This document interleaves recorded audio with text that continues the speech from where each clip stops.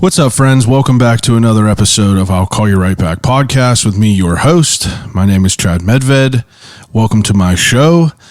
First thing is first, if you're a fan of the show, if you appreciate what I do and you enjoy my conversations with awesome people throughout the city each week, please take a second and vote for me for Best Podcast in the city of Pittsburgh. I'm nominated through the Pittsburgh City Paper's Best Of competition. The easiest way for you to vote right now is to go to I'll Call You Right Back on Instagram, hit follow if you have not, hit the link in the bio, and hit the first tab. You could vote for me for Best Podcast in the city. It is much appreciated. Their website's a little bit wonky, so if you click on there, go down to the People and Places category, and then you could find Best Podcast there, and then you'll see I'll Call You Right Back there. Slam that button, and thanks in advance. Turner Dairy Farms, a proud sponsor of the podcast. Today I bought a half-gallon pint of Diet Turner's. It's been a little bit since I've had it in my fridge, and then I have a sip of it right in front of me right now, and I could tell you I slept on diet my entire life of the Turner's tea. You know, I used to just be a regular Turner's drinker, but I love the diet. I don't know why, but I love the diet. I gotta put on I gotta put more people onto the Diet Turners. So here's your first introduction to it. If you have not tried the Turner Dairy Farms Turner's Premium Diet Iced Tea, go down to your local shop, grab one, and just try it out because it is pretty damn good. It's Turner weather. You already know that. The reason that everyone is here this week. So this week I sit down with a great person. I sit down with Francesca Dabecco. She is a native Pittsburgher. She is a journalist. She is a curious person, and she's a great person in our community. Francesca is also the new director of the Incline. The Incline, if you do not know, is a daily newsletter that is available online that is basically a survivor guide to being a Pittsburgher. If you click on this newsletter, you could find anything from events that are going on in the city, the top headlines of things that are happening in the city. You could find great places to eat, things to listen to. I've even been featured on the daily calendar of things to do. You know, listen, I'll call you right back if you haven't yet. But it's much appreciated from Francesca, and I was excited to sit down with her and kind of figure out how she became the director of the Incline. I was put on to the Incline from another guest of the podcast named Boaz Frankel. He said it was a great resource in the city to get some good information about what's going on, and it really is. You know, you open up an email and you see kind of like a play-by-play of the city. You know, she has events for the weekend, where you could find them, things to do, happy hours, so on and so forth, and I feel like it's a really valuable tool. You could click in the link in the description right now and subscribe to the Incline, and you could see for yourself. But this week I sit down with Francesca and we talk about, you know, her life. You know, she's kind of had a really wild ride. When she was 17, you know, she had a brain tumor that was inoperable, and obviously, thank the heavens that she is here right now. She made it through that, but we sit down and we talk about that a little bit. We talk about how she kind of fell into journalism, and, you know, her story of having that brain tumor is a conduit of how, you know, it progressed into journalism. But, you know, she's been doing this since then, and it's pretty incredible to hear her story. You know, it's very interesting. I've always been curious about how someone always comes up with content for, you know, a newspaper, especially a daily newspaper. You know, basically that's what it is. It's a daily newspaper. And she also let me know that she is pretty much a one-woman show. You know, that's her. She's pretty much, you know, she's the director, the editor-in-chief. She's She's even a journalist. She's writing columns. She's coming up with these events. And it's very impressive, the workload that she takes on and the product that she puts out. I'm a fan of her work. And now that I sat down with her and we had a great conversation, I'm a very big fan of her. So without further ado, episode 176 of I'll Call You Right Back podcast with Francesca Dabecco of the Incline. Is that too loud? No, it's good. Does that sound all right? Yeah. Oh my God, how fun. Have you done this before? So we're not recording right now, are we? But I cut out, but I cut all the beginnings of it out. Oh, okay. Yeah. Wait, so we're not starting yet, or is this are we already starting? I mean, we could start. We could start. I usually don't do all right, so let's go, because it's like people prop themselves up. But, exactly. I like the rolling start just because it's it's natural. Yeah. Very casual. Very casual. Yes. I appreciate that. So I've done a couple radio things before, like in WESA's studio and stuff, but nothing like at home podcasting. This is really fun for me. I'm glad to be, the first, the at home one like this. I'm glad you came to see everything. It's slowly building up to be what it is, but it's getting there. I'm so excited. Well, I appreciate that. All right, well then let's get into it all. We'll get into it officially. You ready? Yeah, let's get rolling. All right.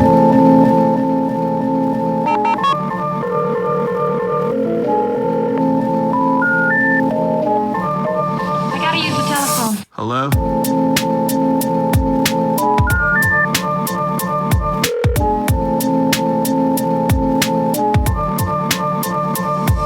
I'll call you right back.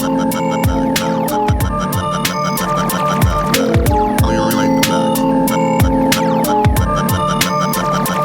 Telephone. I'll Call You Right Back podcast. Now it's official. Cool. Now it's official.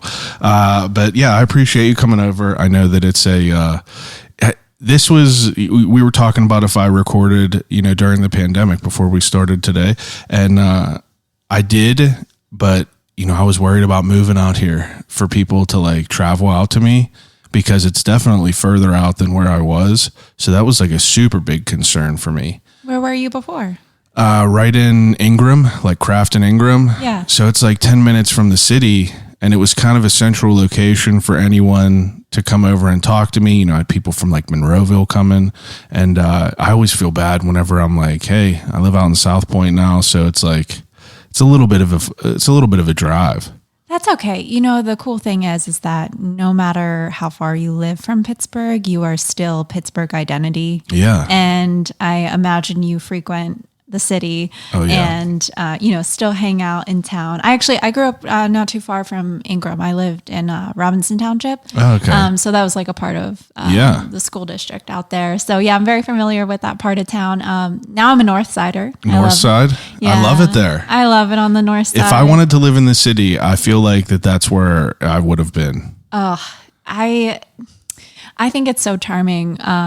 Well, I first went to community college when I started school. And so that's the Allegheny campus right over there on the north side. And I just loved it, walking around in the streets and the old architecture is really beautiful. And then you have the Allegheny Commons Park. It's just a really charming part of the city. And you can really see the history. Absolutely. And I'm not someone who usually frequented the city. I grew up in Elizabeth, which was a half hour away. But I was never someone that would find myself in the Strip or anywhere like that. If anything, I used to skateboard a lot. So we would go to these these back ass places and, I would find myself there. But whenever I'm sitting there with my wife, I'm let's go to the Strip. So we lived in Ingram for 4 years before we really started to go out and explore. And that's whenever I got to go see go in the back streets and North Side and look. And I'm just wow, this is crazy here. Now I have a buddy who lives over there. So it's cool to be able to go and, see all the stuff that you were just, you didn't know was there. All the hidden gems the city has. Oh, there's so many. And it really is. And I don't pretend to be an expert in Pittsburgh. As Yeah. much as as much it is a part of my job, Yeah. there's still so much that left for me to discover. There's so many neighborhoods that I haven't explored. And, I'm just like kind of endlessly curious about our beautiful city. So. Absolutely. That's what spurred this whole passion project that I had, is like where everyone is so stuck in their like 9 to 5 life. And, your 9 to 5 is really, having a thumb on the pulse of Pittsburgh. So that's a little bit different. But mine, it's like I work in an engineering company. So it's like, if I didn't do this stuff, I would just be there. It would just, I would be able to carve myself in a rut there and not be able to get out. But this is just a way for me for me to be able to like, kind of keep up with all the cool stuff that's happening. I mean, Pittsburgh is filled with so many people and so many cool things that's going on. Yeah, you're certainly right about that. And I admire you for being able to carve out this really beautiful place to have conversations and really connect with other people in our city outside of your 9 to 5 and your daily work. I think that's really beautiful. But yeah, you're right. I have to keep my finger on the pulse of what's happening in the Burgh. And I guess we can kind of get into that. Yeah, so you're the director. Yeah, so I'm the director of the Incline. Now, what is the Incline for anyone that might not know? Yes, the Incline is a free daily Pittsburgh newsletter, as well as a publication, a small, online publication.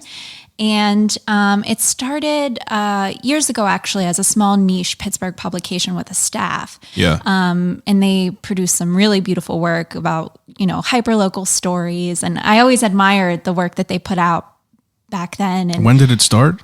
I believe it was, forgive me, 2014, I believe. And then it was bought by my current company, who actually has sister publications in 4 other cities. So so I work with a team across the country every day to produce these newsletters and our stories. And so we have a publication in Orlando, Miami, Portland, and Seattle. Wow. Yeah, that's pretty cool. The Incline is just one piece of it, one part of the publication. Is Seattle's the Space Needle? Is that what it's called? No, it's called the Evergrey. Oh, okay. Portland is Bridgeliner. Orlando is Pulp Town, and Miami is the New Tropic. Has it always been called the Incline? Yeah, so it was called the Incline originally with the publication, the original publication, and I really love that because to me, the Incline is a picture of our city's history. Like when you think of things that are synonymous with Pittsburgh, you think the Incline, Kennywood, the point, Yeah, the point, exactly. And I just love that there is, I like the idea of riding the Incline to get to other places in the city. So it's like we look at the Incline newsletter to see other things in the city. So it's like a vehicle, so to speak. Ooh, I like that metaphor. See? Yes, that's really good. No, I love that as well. It is sort of this, carrying you to the information and the people and the places and all the things that's happening in the Burgh. So what I do is I write the daily Pittsburgh newsletter, which I like to call a cheat sheet to the city. Absolutely. So I cover like the most important headlines. Obviously right now there's a lot of really important news to get people informed and, keep on top of what's happening in the community. And then, a mix of really fun Pittsburgh news, highlighting restaurants, musicians, all the cool artists, stuff. Yeah, anything I can get my hands on or my eyes on, or I really try to highlight the people who are doing work to make our city a better place. Absolutely, it's important to do it. I mean, there's so much saturation in anything that is done now. There's a million podcasts. There's a bunch of newsletters, but it's easy, I feel, for people to get overlooked because there's so much other good stuff out there. There's so much content to consume.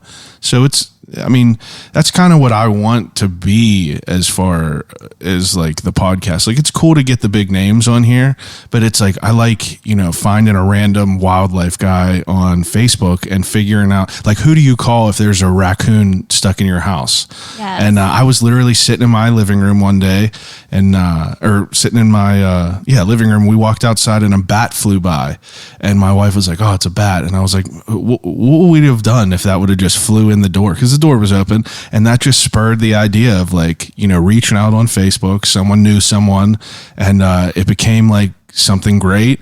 And that's the same thing that happened with Sarah and the brothmonger. It's like someone referred me to her because I wanted to figure out about a funeral director. Yeah. And I can't just go to someone in a bar and be like, "Oh, I see on Instagram that you're a funeral director. Let me just talk to you for 2 hours about it." People would think I'm a creep.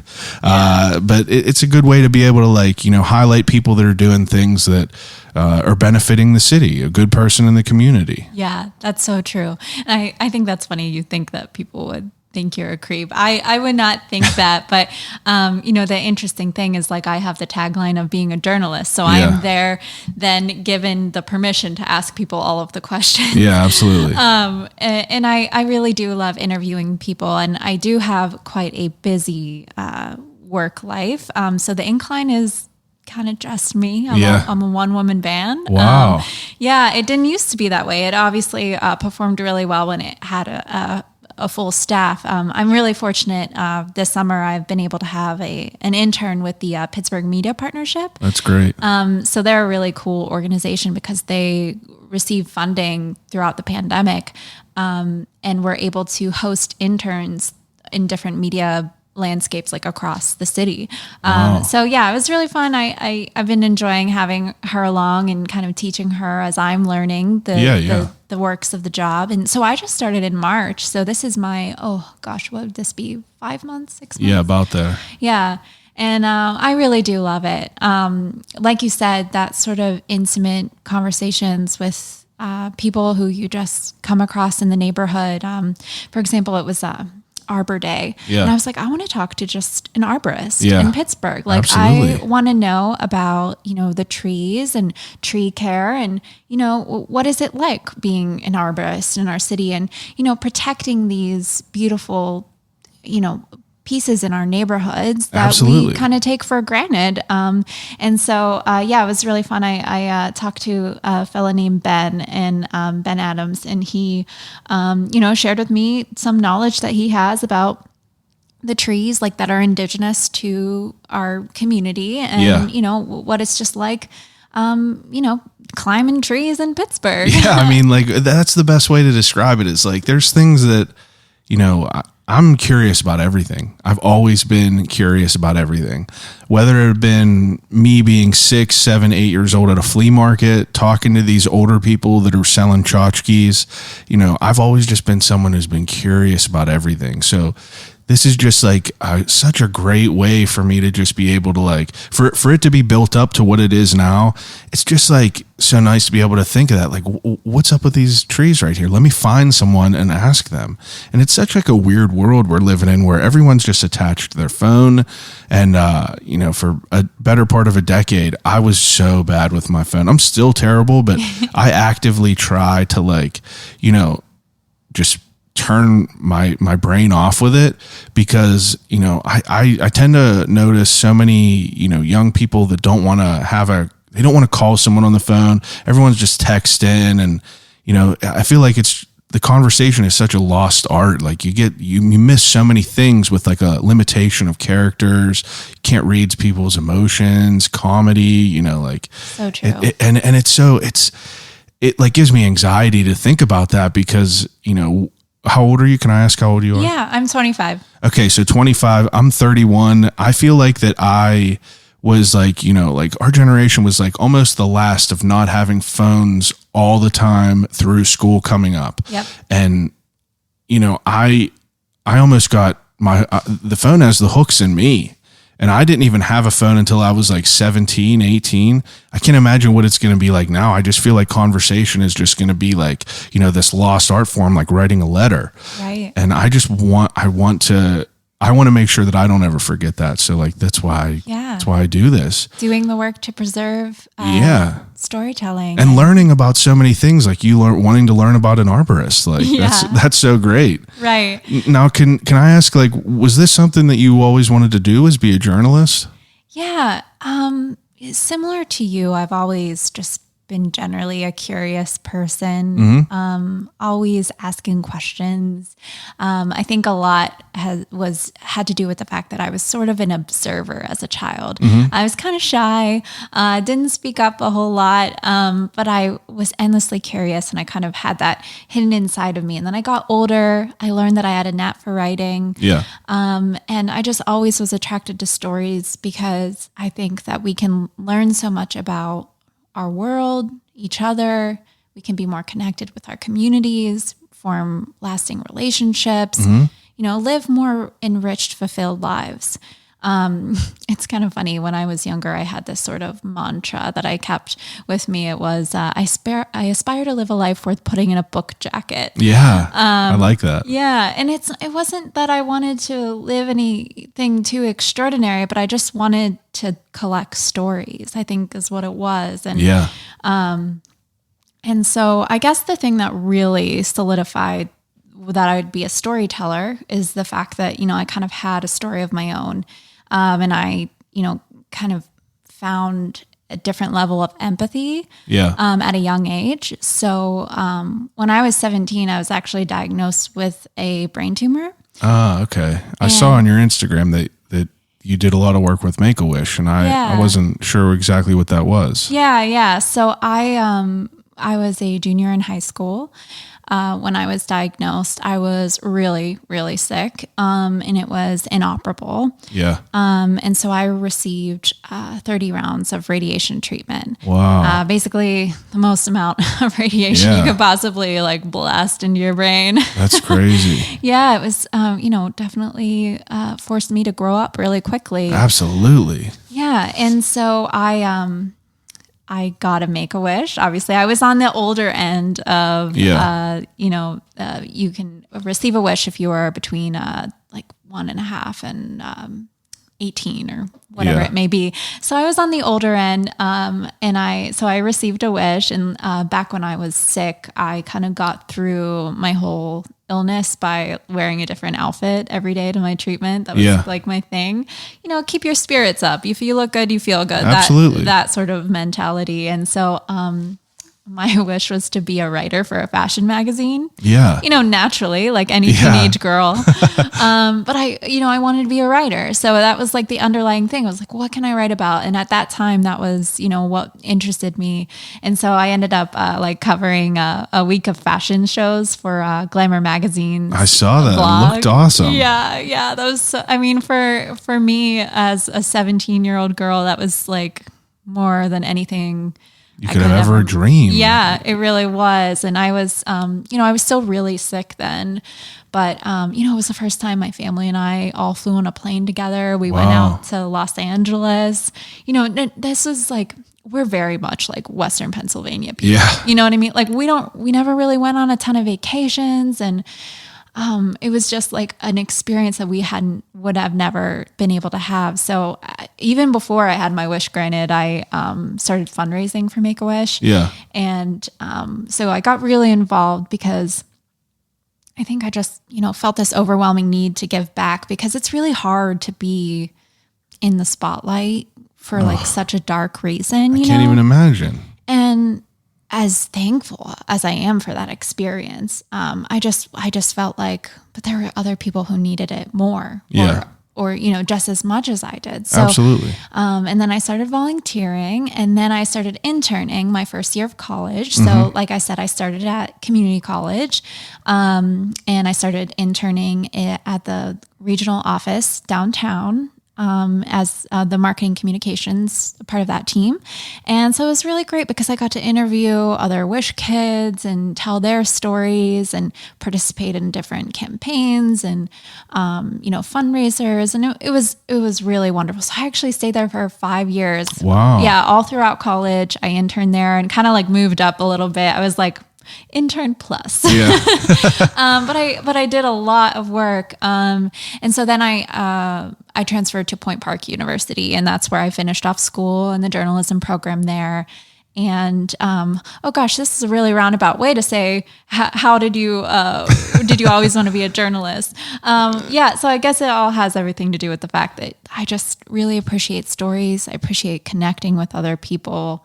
I think it's one of the most innate human things that we can live for. Absolutely. It's definitely something that is, it's how everything was passed through time. It's like, it's crazy to think about that.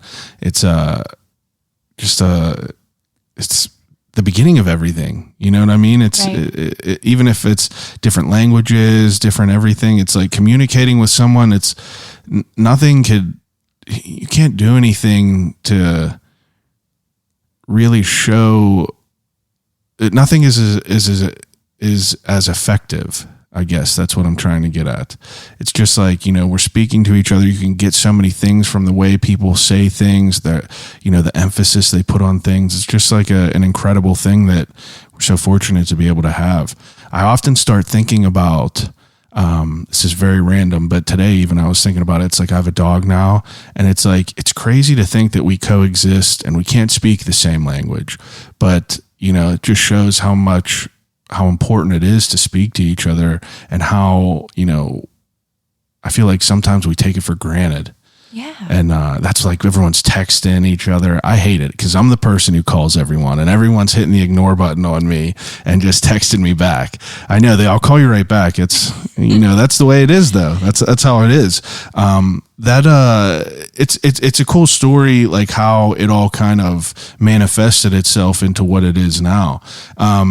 So in high school, like your focus, everyone that's going through high school, you're usually, the main thing is, what am I going to do the rest of my life? Right. You know what I mean? Was that something that was weighing on you very heavy, even with such like a other thing that's happening in your life that is absolutely, I feel like that everything else would be on the back burner. Yeah. You know what I mean? That's exactly what happened. Yeah, I was at an age where, people were taking SATs and applying for college and, making all of their plans for the future. And I was just on pause because, I really didn't know what my future would look like, or if I would even have one. Did they give you a bleak, was your prognosis bleak? It was kind of unknown. So, because they couldn't operate on the tumor, it was wrapped around my brainstem. And so they couldn't even actually get a biopsy to know if it was cancerous or not. Yeah. So the treatment was pretty much like a guessing game. Yeah. I think they had an inkling that it would, work, like as I was responding month to month.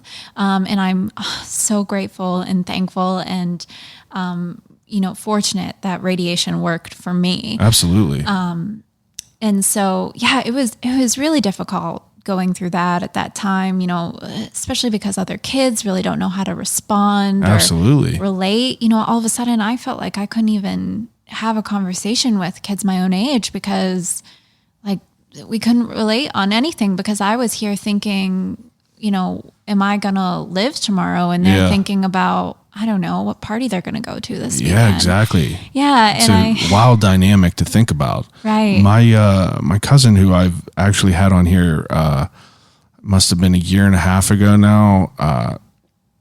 She was probably she's the closest person that I grew up with, raised me. And I get a call one day from her brother that said that, she was having headaches. And she went to an eye doctor, and they did an optical exam, and they saw something in her brain. And she ended up having a big tumor in the middle of her brain. And they ended up operating on it. And she texted me the next day it's amazing. She texted me the next day and said, I'm alive. And, or I think she said, I ain't dead. And, and I was like, this is just, it's wild, the advancements in medicine, how we could, help people out, and how, fortunate. And after that, it's like, I feel like, I obviously don't have the experience of it, but I feel like you would feel so fortunate for any moment you have, and you would really start to live, in the moment and be present and not take things for granted, because I know I do. I find myself sometimes, getting lost, binge watching TV shows, doing things that are not, constructive. And I'm just like, damn, like, I should be, enjoying it right now. Right. But it's intense to think about. So, I mean, for you to, obviously you're here talking to me, Right. Thankfully everything worked out. What happened with the whole like schooling of it all? Did you go to, you knew right then, you were like, oh, I guess things are working out kind of, I'm going to be a journalist, I guess. Yeah. I think, I hesitated to make a lot of plans. And to this day, that's probably still an element of my personality. I try not to plan too far in the future because you can never really expect. Exactly. Right. And we know that to be true of all of this past year and in the pandemic and everything. But I started at community college. That was sort of the way I, started getting classes, but took it easy, like took my education kind of slow in the beginning because I was still very much like healing at that point. But you know what? It was a really smart decision anyways. I saved so much money. Absolutely. I met my partner and I really, I loved being on the north side. It was really great. And then I hopped into the city, went to my internship, took the awesome. T downtown. And then when I transferred to Point Park, that was perfect because it was also a small school where I can get a good communications education and also kept my internship. So I was really like, I was a city girl for sure. Absolutely. And so, I think it was just always going to be writing for me. That's great. And I think I always was attracted to truthful stories. I don't know if I would have been a good like beat reporter for a newspaper reporting on like courts and stuff like that. I don't know if that would be me because I'm more so... It needs to be impactful. It needs to be something that sparks your interest as well, I'm sure. Right. And it's all about like that human connection, right? Yeah, I agree with that. And I think like any chance I could get to dive into those types of stories, I just, I loved it. So that's why, being the director of the Incline is honestly a dream come true. Yeah. It is a little more than I ever thought that I still pinch myself. I'm like, oh yeah, you're doing this. Yeah, absolutely. And this is every day. Yeah. So it's like, I feel like you have to constantly be on, you're constantly working. I'm sure you're constantly gathering information, brainstorming about what you're going to put in there. Right. I'm sure you're putting in a good bit of hours. It's kind of similar to what you do. Yeah. But just a little bit different, I would say. I still try to keep up on like the general news headlines of what's happening in Pittsburgh. And I try to highlight as much as I can because I do really feel that we live more impactful, like enriched lives when we understand what's happening in our community, and then we can be a part of our community rather than just an observer of our community. So the whole tagline, like with the Incline in our sister publications, is live like you live here. And I like that. Yeah. And I really relate to that because I want the Incline to be, when they open their inbox and they open the Incline every morning, I want it to feel like they are getting a letter from their neighbor. Yeah. And, something really personable, but also, city specific. I do have the benefit of being born and raised. I didn't live in the city, but outside the city of Pittsburgh. Yeah, you know it. Yeah. And, my dad worked at Three Rivers Stadium and then PNC Park. So I'm really... You got Turners running through your veins? Yeah, I have, I am most definitely, have a big connection to this city and I've never lived anywhere else. So I do have that perspective, but I really am fortunate and grateful, like you said, of being able to have these conversations with the people doing really wonderful stuff in our community. Because I just think that it helps other people live their lives when we can give them information on, people who are making an impact, whether it's making our city more inclusive or sustainable, or just any avenue. So, but what I also really love about the Incline is the historical stories about Pittsburgh. Yeah. There's so many that I'd love to do. Honestly, if I had time, I would just I've been recently just, looking at, I started following a couple of Instagram accounts, and I think one of them is Pittsburgh Then and Now. Yeah. And I talked to him and I was like, hey, let's get you on the podcast, because I'm someone who just, I made so many just like terrible, surface decisions as a young kid. I just never cared about school. I never paid attention. I'm not always the best at, knowing where to put commas or the punctuate. Like I know some stuff, I could get through life, but, I didn't pay attention in history or anything like that. And it never really like bit me until like probably like 6 years ago, where I was like, damn, like, I'm an adult now. Like, I'm curious about all this stuff. I'm curious to hear about the history of Braddock and, what happened there. And I'm curious to hear about this and that and when this happened and why this happened. And, it's fun to be able to like, to learn about how the place that we live every day was, built. Right. Yeah. It's fascinating. And how the community is formed, how they were torn apart. Yeah. I think if you learn that, then you have a fuller picture of Pittsburgh today, because you can understand how it was developed and how it transformed into this post-industrial city that is by all means thriving. Yeah. I mean, we have so many attractive fields here in our city.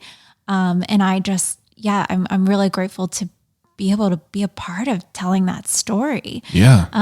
One of my favorite stories I did this year was around Earth Day. I did a deep dive into the Rachel Carson archives at the Chatham University. Yeah. They have a whole bunch of letters and photographs and all of these different things about, when Rachel Carson studied there. And I thought it would be really cool because although she only lived here, up until her studies, this was still the place that transformed her into the naturalist that she was.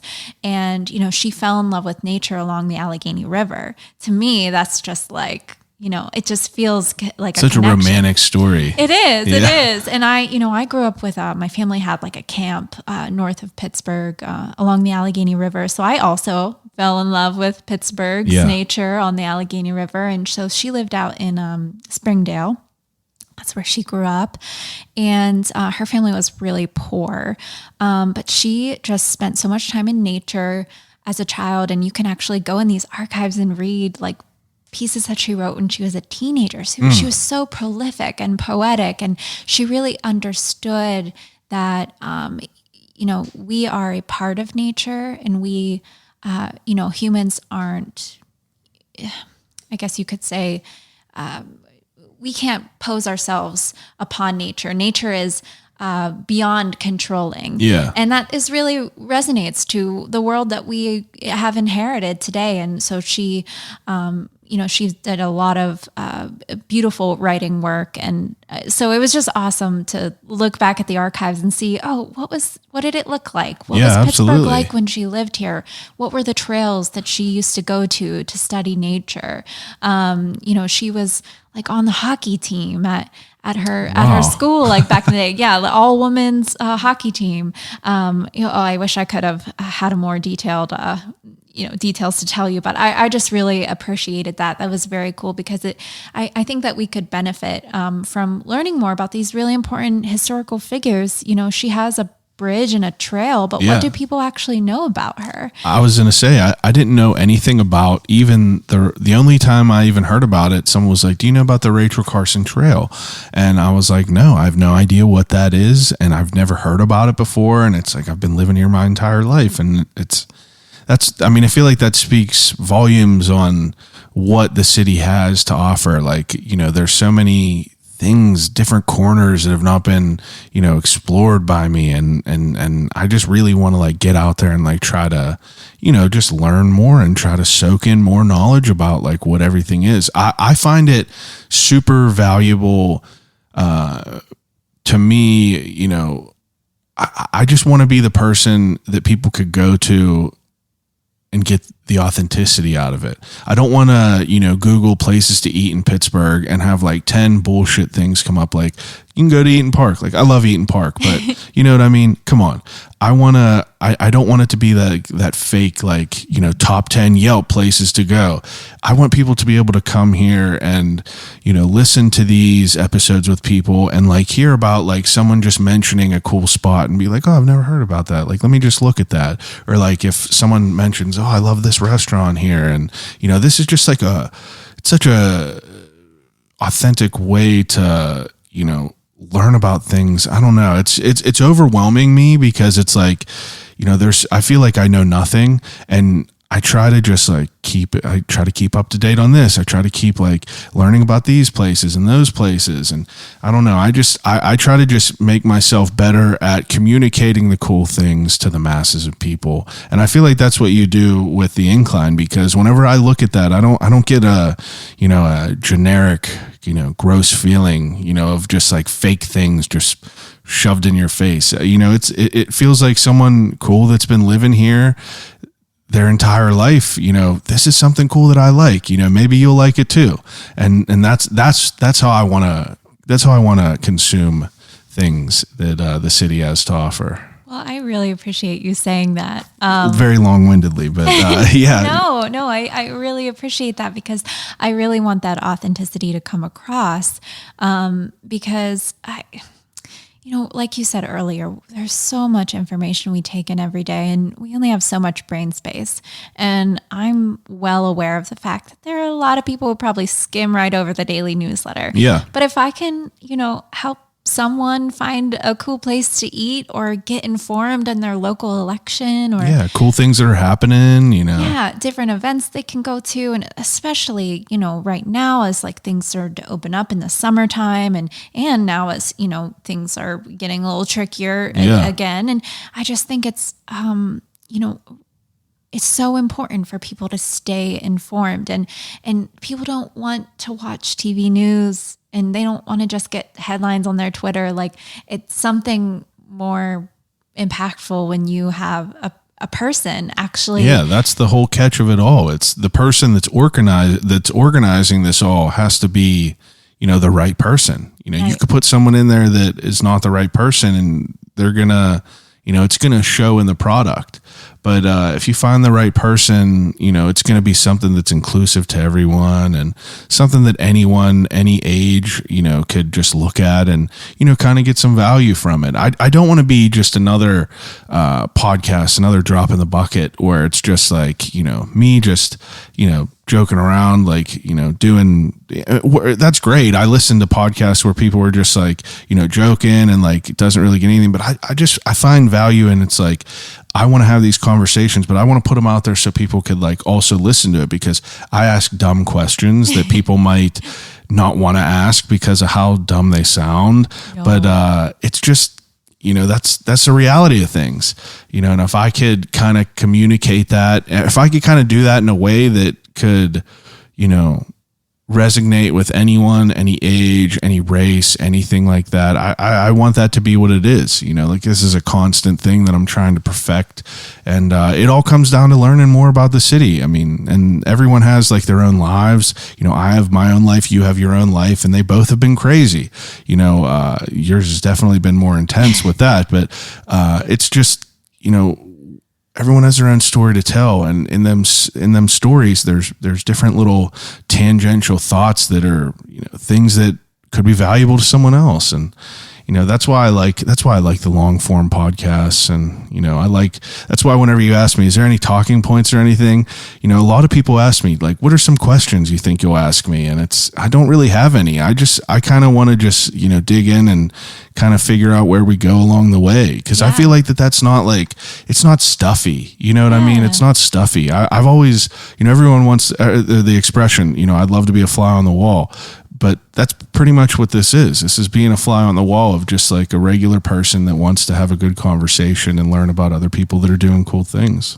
I think that's really cool. I think you do a beautiful job. I appreciate that. Yeah. Likewise. And thank you. And I like the conversational element of it. and how it's, very casual because like you said, there are things that may come up that would have never came up if you have a planned interview. And, that's the beauty, you can edit this the way you want and everything. Yeah. But I think, I really believe you do a beautiful job. And I'm so glad that there are more people in Pittsburgh like you who are attracted to telling the stories of people doing great things in our city. Absolutely. How do you manage the workload of the Incline? I mean, realistically though, it's a pretty, in-depth newsletter. Like there's a lot of content in there. There's a lot of different things in there. How far out do you plan things? Like, or is this something that's just, kind of changes as it goes? That's a really good question. I am not sure I've perfected it yet. Yeah. Like I said, I started in March, so I'm really still finding my ground and my groove. Yeah. But really, so I will tell you all of the things that I have to do. So I write the daily newsletter, which in the daily newsletter I include the most important headlines of the day, news that will make you smile. Yeah. We have an Instagram of the day feature, which I always love because I get to find really cool photographers in Pittsburgh and highlight them there. And then we have an events calendar. So you'll get like the week planned out of events. And what you could do on Monday, Tuesday, Wednesday. So say you receive the newsletter on Tuesday, you'll get Tuesday, Wednesday, Thursday, Friday, Saturday, and so on. So you'll get it throughout the week. It's not like a real calendar. Yeah. At the end of every newsletter, there's a calendar of events, and I try to keep that as stacked as I can because I know a lot of people really appreciate having, being able to see and find the really cool events. And honestly, that's like one of the biggest time consuming parts is just like finding all of the events. What's happening? Yeah. I mean, I that's a job in and of its own on a staff at a newspaper. You can have one person do the events calendar. Yeah. So, I do that. And then I do a mix of, original reporting as well, which I love to do whenever I have the chance. I really appreciate long form storytelling. I don't have a lot of time to dedicate to that right now. I actually just finished up a brewery bracket, which was nice. Fun. I saw that. Yeah. Was it Grist House that won? Yes, it was Grist House, which I think was a really cool, way to see people interact, like the Incline readers be able to vote on their favorites. The brewery, niche is such an interesting place because it's like there's so many of them. You have everyone doing their own different ways. I just had Chad Medved actually on from Grist House, and it was cool to hear about that. It's cool to hear about like the brewing relationship everyone has and how that goes. There's so many that are popping up too. Right. I think I read an article recently that Pittsburgh is like one of the most like underestimated cities for like good breweries. Wow. I feel almost like a fake because I am not a big beer drinker, even though I put on the beer bracket. That's all right though. But it was so cool to see like the Incline readers participate. So it just got my gears thinking of all the different things that I could run in the future. I know every Alt Weekly or magazine or whatever, they have their best of, all of those sort of things. So, how can I connect with the Incline readers in a way that, I use them both as a source and as the audience. Yeah. In a way that we can just make this some really fun community to be a part of. Participatory, all that. It's beyond like a newspaper. It's sort of an engaging type of journalism. And I try to like sneak in questions in the newsletter when I can. What's your favorite ice cream spot? Or most recently, I did a little throwback Thursday on Mike Lang because he retired. And legendary. So I obviously had to do something, and I was like, I asked the Incline readers, what are your favorite Langisms? And I'll publish it on Friday, and so get to share those little bits and pieces, and then all of a sudden you're in a situation where, like you said, just getting those personal information, those little personal pieces from different people in our city. And I think that's really special.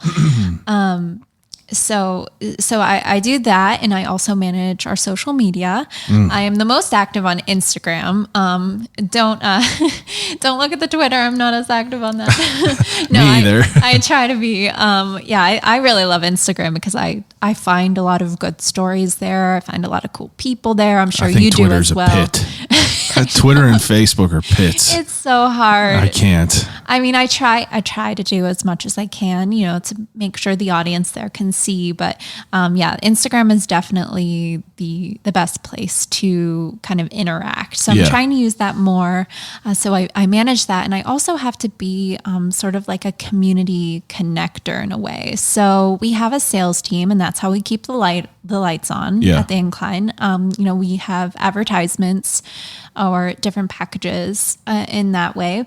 But I have to kind of like keep my eyes open to what's happening in Pittsburgh, make the connections if there is an opportunity to partner or, collaborate. So for example, the Incline is going to be a media sponsor for a Pittsburgh Park Conservancy event. Oh, wow. Yeah, at the end of the month.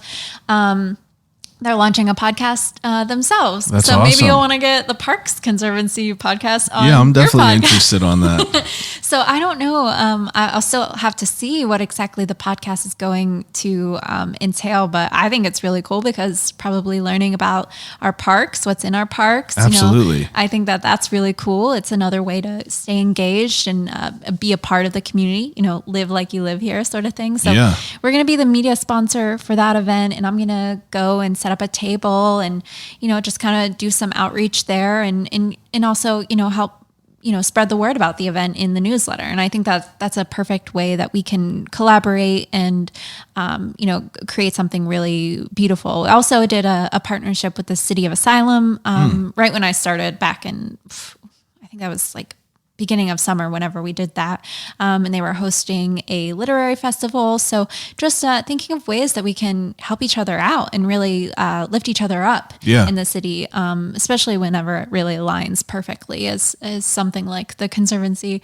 So that's really fun. So I do that. And then I'm also, kind of, if you think about it, I'm kind of like an editor-in-chief without a staff. Absolutely. That's what I mean. It's like, you're like, I do that and do that. But it's like, it just is, I just know how stressed I get over just the podcast. And that's just, I don't really have to, create, a newsletter or something, necessarily tangible in that way.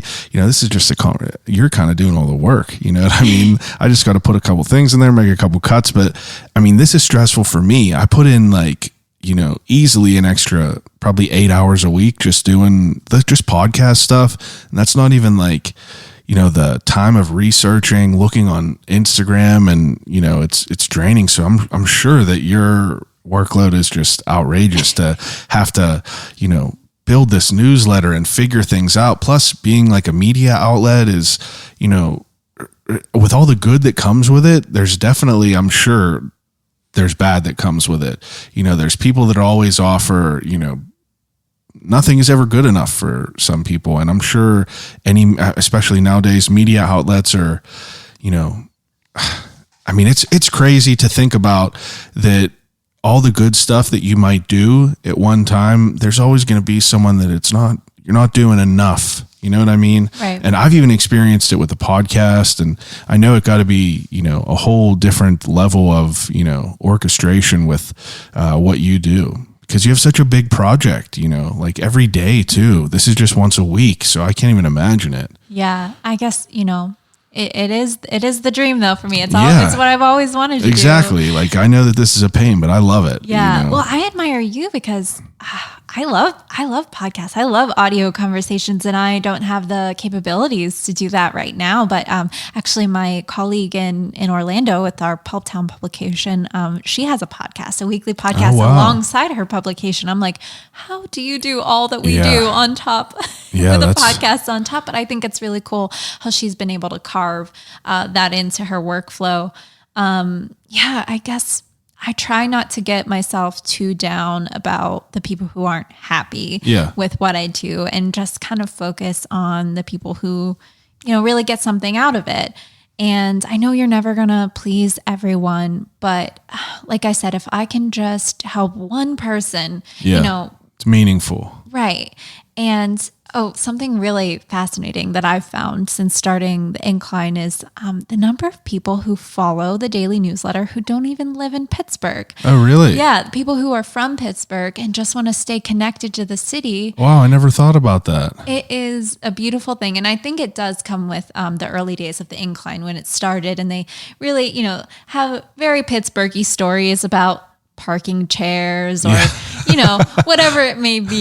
Picklesburg. Or bridges. Yes. Yeah. And I love that stuff. I love it. And so I think that was a way, the Incline carries a nostalgia with it. It's not just what's happening in the city right now, but what has happened in the past to make our city what it is today. Yeah, what are some cool things that are going to jog someone's memory that's just like, wow, I can't believe that happened. Right. Like I saw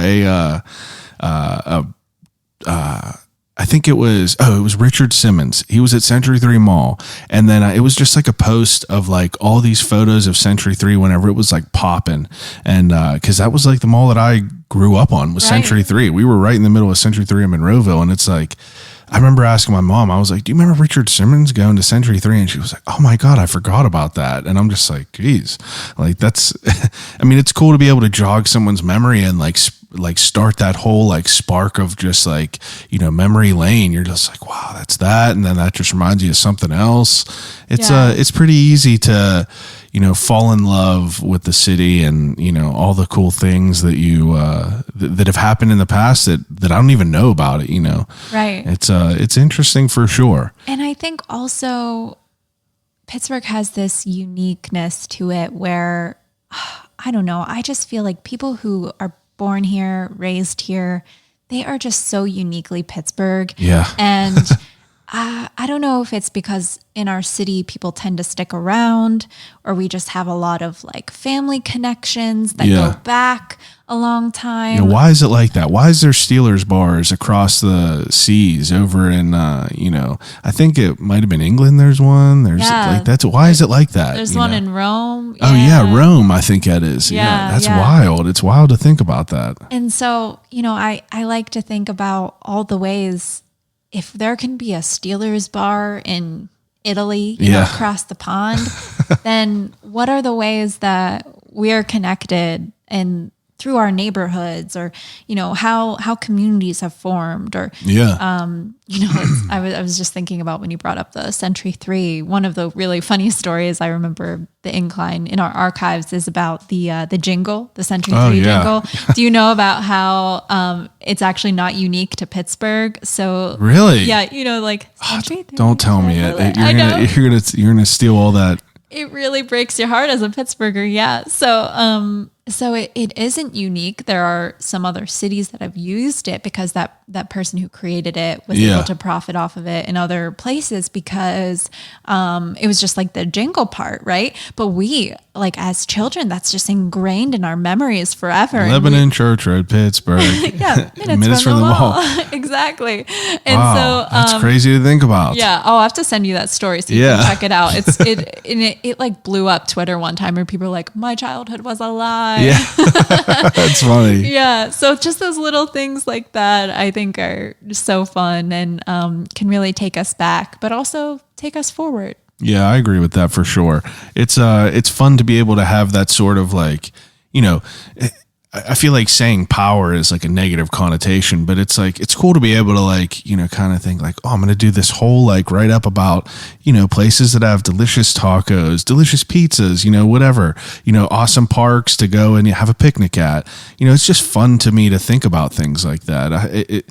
Because I don't know, maybe it's kind of a grim outlook on it, but it's I'm an adult, we all have to work and, not everyone is doing a job that's necessarily a dream, Right. I think we all know, even the people from my work that listen to this podcast, they know that that's not my dream to work there. You know what I mean? They know that I do this and they know that this is, how I want to eventually, be able to pay my bills. But it's you're curating what this is, and it's a level of responsibility. You do have like a power to be able to like kind of orchestrate it, and it's fun to be able to like put them pieces in there. Like whenever I was thinking about whenever you first just said, "Oh, I'm like a one woman band," I just imagine you with like, you ever see that meme of Charlie from Always Sunny with all the articles on like the chalkboard, and you have like yarn on there. I just imagine you like writing a bunch of cool stuff and putting it all on there and be like, this one will work for today, that one will work, I got to remember about this, like, and kind of just like, do you just have like an arsenal of like interesting things that you might write down in your phone? Like I do. I'm constantly keeping notes and ideas. And I like the visual that you gave of that. Real stressed out too. Yeah, exactly. I like that visual, and I should get myself a bulletin board or something. But right now it lives in the having too many tabs open. Yeah. That's what it is for me right now. I just constantly have so many tabs. So yeah, I mean, it's just like a list. And if I can get to the ones that are timely, I try to plan it out like a real editorial calendar, like magazines do. Yeah. And so, I'm just really getting the hang of it. But right now I try to really take it day by day, especially with, having to write the daily headlines too, and cover what's really happening day to day. I live in both a future planning journalism as well as a daily journalism sort of. Yeah, you still have to adapt if something crazy is happening. That got to obviously be right. So, for example, like I write the newsletter for the day before for the next day, but if there's breaking news, I'm going to log back on at 10 p.m. and fix my newsletter so that it's updated for what people need to know. And what you said earlier about like having this power and this responsibility, I do not take that lightly because, we live in a time right now where misinformation it's extremely toxic. Toxic's a good word. Yeah. And it's not just toxic, it's deadly. Yeah. And so I try my best to just report the facts when I can, give people the information so that they can make their decisions based off of that information. And, I don't know if they're coming me to their news headlines always, but it means something to me if they can, find a piece of information that is useful to them and impacts themselves and their community. Yeah. And we also live in a time where, we feel really disconnected from our communities. Like the pandemic really closed a lot of us off. Absolutely. In a way, it made us more connected in a different way, or maybe want to connect with each other more.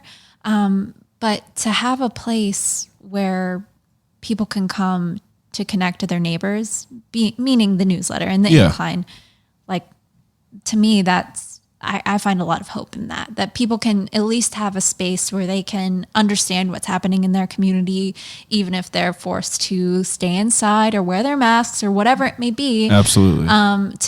What we need to do to get through this, just the fact that they can still find, some sort of relief of it. Yeah. Right. And also, I try my best to champion the folks who are doing their best to help the community. Yeah. And I think so much of the news is really difficult to digest because it feels so negative.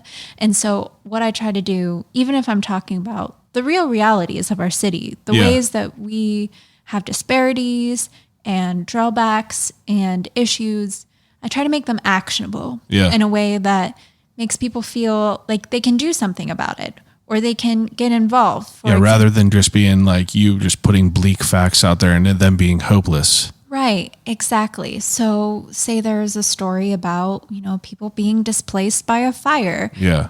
I will link to a fundraising page or whatever it may be, or, really any type of community fundraising or mutual aid. I try to, lift up in the newsletter because again, it's just making people feel like they have some control. Yeah. And that they can be a part of their community and they can make an impact on their community in the same way that I feel when I write the newsletter. Yeah.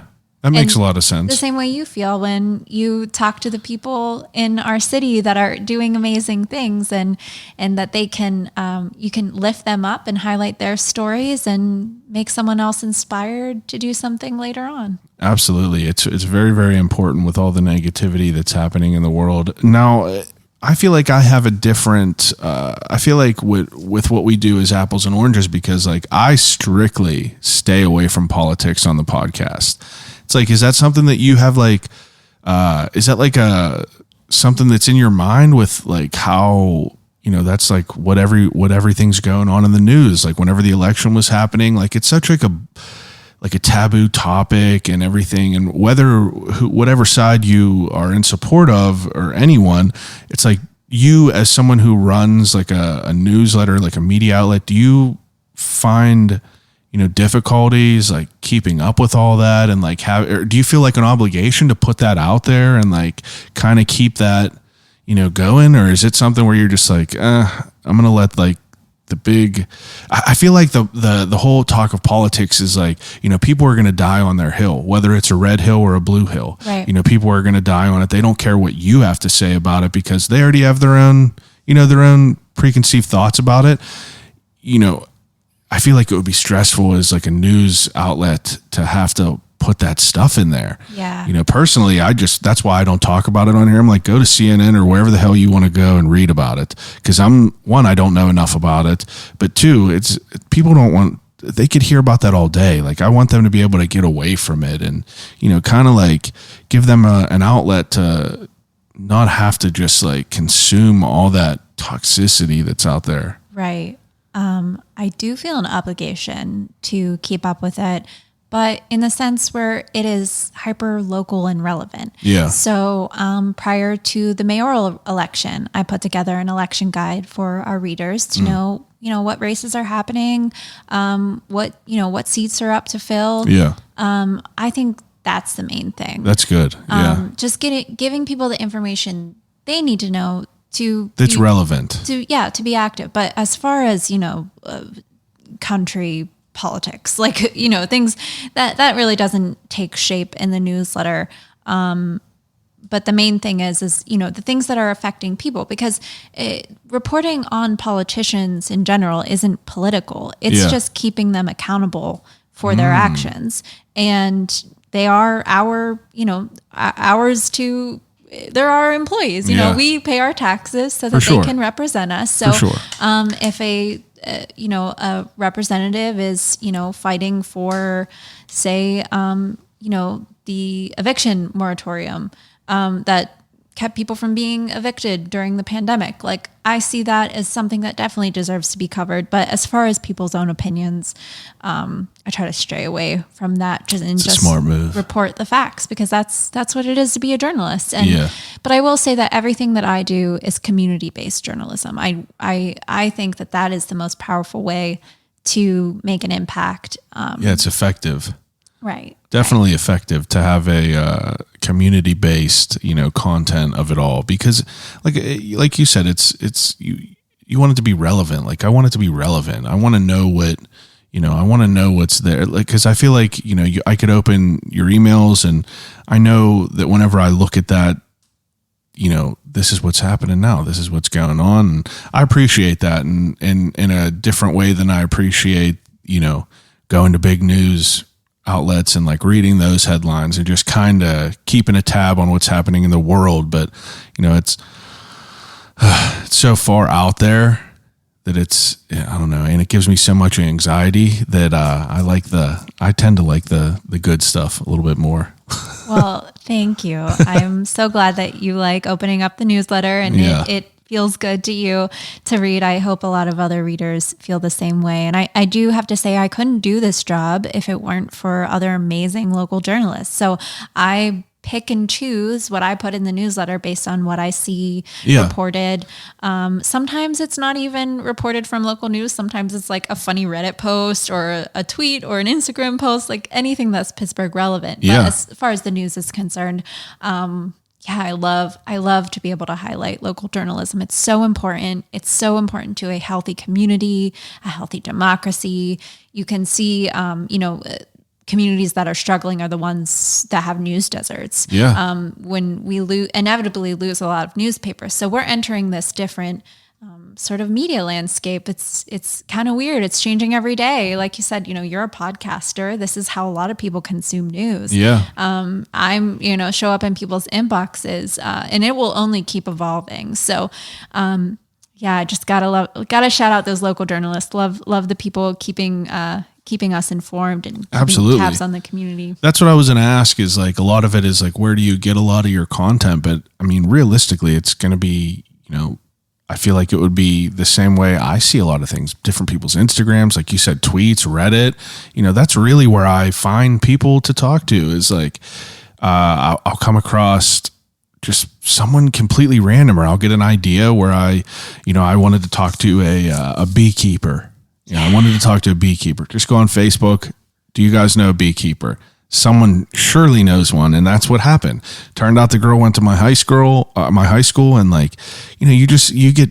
It's such an organic way that I start to like meet people. Met the interviewed Chad from Millie's, and I ended up meeting Paul Family Farms maple syrup, and like just the absolute like most fantastic conversation ever, just about how to farm maple syrup. And that's why I love like the freedom with this all. Right. There's a great level of freedom with this, where I could get as weird as I want. I could interview people about who have been abducted by aliens. You can do it pretty much whatever you want with this. Yeah. It's cool to see that like that you have like a real passion to like keep it going, and like wanting to just better the community in a different way. Let me ask you another question. Did you ever want to leave Pittsburgh at all? Like move away? Not really. I mean, it just never really occurred to me. Yeah. Like I said earlier on, we never really went many places for vacation. I grew up and lived in the same house until I moved to the north side. Actually, I am happily being a new homeowner in the city of Pittsburgh. I'm so excited. Yes, it's a weird time. Yeah, to buy a house. Yeah, for sure. Chaotic, I'm sure. Yes, the market is bonkers. We ended up getting this right before it kind of got as insane as it was, but we were getting beat out on houses. They were saying people were offering like $30,000 more than asking prices. Yeah. And I'm just like, you're out of your minds. Right. I'd rather live in a van.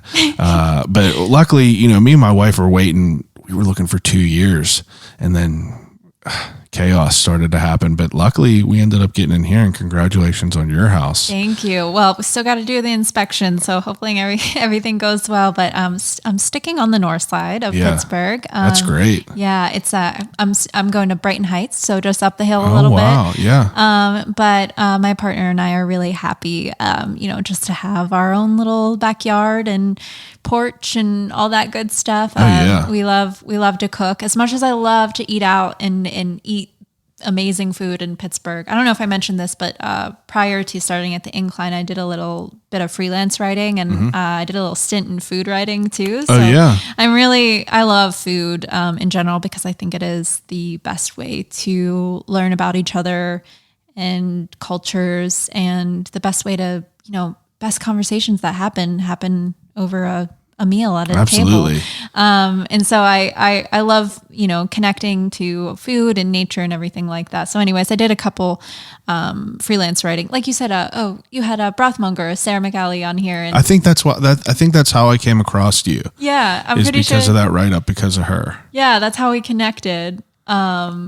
Yeah, so you had her on the podcast, and I had written a story. So I love that sort of like underground food scene where people are making things out of. What more could you want? Yeah. Someone just making these incredible soups just out of their kitchen. And then that's a story. You're rooting for the underdog. Yeah. You know what I mean? That's what so like I said, I love eating Park's chicken noodle, but I'm rooting for the underdog. Yeah. And I love that. And it was cool because I interviewed her before that all happened, whenever she was just the funeral director. And then whenever I see something manifest into that, I'm like, this is so sick. And then I saw the write-up that you did, and I was like, this is such a cool, I want that to happen. I want to find the people that are doing the awesome things that people, my elevator pitch I have an elevator pitch. I actually just did it to, I did it to yesterday to a guy in Panera. So it's a guy who, he runs like a barbecue. He runs seasoning. His name is Uncle Jammies, and he's from Pittsburgh. And I recently, I saw him like 4 years ago at the Crafton Fair, and we bought some stuff from him. I really loved it. It was before I did the podcast. And then I recently just saw on Chef Tom's Instagram from Get-Go, he has his products in Giant Eagle now. So I saw him in Panera yesterday, and I was like, I told Antoinette, my wife, I was like, hey, I gotta go run to the car and get my card and like go do it. So I told the guy, I was like, I talked to interesting people about what they do and how they got to that point in life. And, I've talked to different people of all different walks of life. I would love to hear about your story, but that's pretty much how I break it down to everyone. And I want to put shine on anyone that's just doing some things that it's like everyone knows about, like the big name things that are happening. Like everyone knows about that. I want to try to gas up, the other people. One of my favorites recently is, have you ever heard of the Super Secret Burrito Club? I have heard of it. Yes. It's like, what more could you want than that? I want to be part of the club that is just, hustling good burritos out of a truck, because that's really what it is. That's really what it is. And it's like, I think about it in a way, a good way to think about it is like you watch Anthony Bourdain on Parts Unknown, and he's never going to like the best looking places. He's going to people's shanties and getting the best food ever. It's like, that's where it is. That's where the good stuff is. Yeah. And I don't know. I just love learning about all the cool stuff. I want to be I want to be involved in all the cool things. And this is my way to be able to like kind of let people know about the cool stuff. The people that are cool enough to listen to this. Yeah. I'm trying to put them on the good stuff. Well, thank you for having me. Absolutely. As part of that. I appreciate you coming over to do that. Did you happen to think of 10 things for Pittsburgh things? Oh gosh, I think I missed this memo. That's all right. That's all right. I think you texted me and said, is there anything that I should prepare for? I said, maybe a couple things that you love in Pittsburgh. Okay. Well, I can shoot off some. Well, that's all right. That's all right. Could I put some constraints around them? Yeah. Because, I do an ending segment at the end. Yeah. And, that's whenever I'll work into it. But before we get to the end of everything, I'm curious to know, like, what are your goals for the Incline, coming up? I know that it's new to you, and I know it's fresh, and it's, you're kind of still in the present of, what it is, but, have you had some time to like, marinate and kind of decide on what you want to do with it? Yeah. So, currently we actually have had change of leadership in our company. So we'll see what pans out with that. Mm-hmm. But I really am lucky because I do have a lot of editorial control. That's one of the amazing things. I have a lot of creative freedom, much like you and your podcast. I do have a lot of moving parts and things that I have to do every day, but I still have, like we said, the thumb on the pulse of the city. My goal for the Incline is, first and foremost, just grow it. I want it to thrive. I want to reach more people. I'm going to try to have more of a social media presence to get more people involved. I think, what's interesting when I say I'm the director of the Incline, everyone looks at me funny because they think I'm an actual like director of the Incline, like vernacular, and I'm like, no, I don't work for the Port Authority.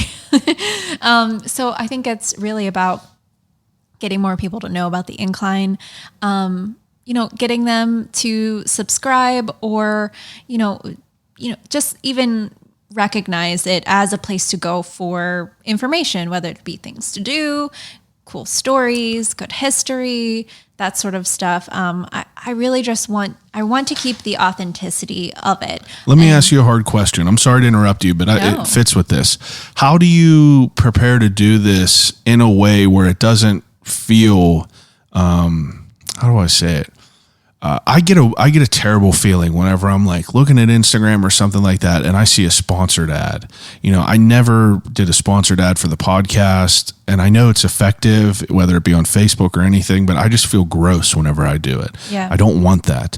How do you approach growth in what you are doing to be able to keep that authenticity where you're not just shoving it down people's throats. It's like, I don't want to shove the podcast down people's throats. I want people to walk by it and double take. Yeah. That's how I kind of want people to come into it all. That's how I envision it. I don't want people to just always just see it, because I feel like that causes people to get annoyed. Yeah. So rather than marketing plans or marketing ads, it's like, how does someone like you who has this creative control, approach that, because it's such a, I know it's almost like an art piece. It's never really unfinished, but, do you get what I'm kind of saying about like trying to not make it gross feeling? I totally understand, because for me, it's really important to keep a separation of advertisement and editorial. Yeah. I don't want the news to feel sponsorable. Yeah, exactly.